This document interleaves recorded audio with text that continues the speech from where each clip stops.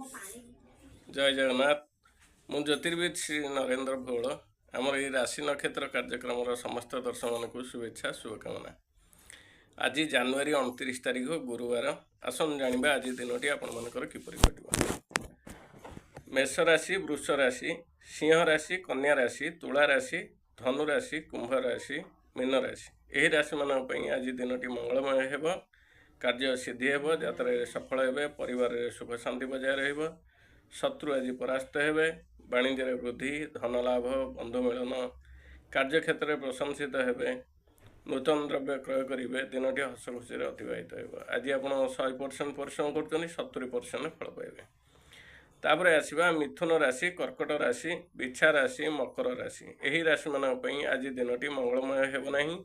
कार्य हानि, यात्रा विफल, परिवार अशांति, मनोमालिन्य, कार्यक्षेत्र में कार्यचाप वृद्धि पाइब, शारीरिक पीड़ा पाइपारती, मानसिक दुश्चिंतार दिन कटिपे, शत्रु आज प्रबल हे, वाणिज्य हानि, द्रव्यनाश, धननाश, कार्यक्षेत्र में अपमानित हो पारती, जानवाहन चलाचल में सतर्कता अवलम्बन करूँ। आज आप 100% परिश्रम कर 30% फल पाइबे।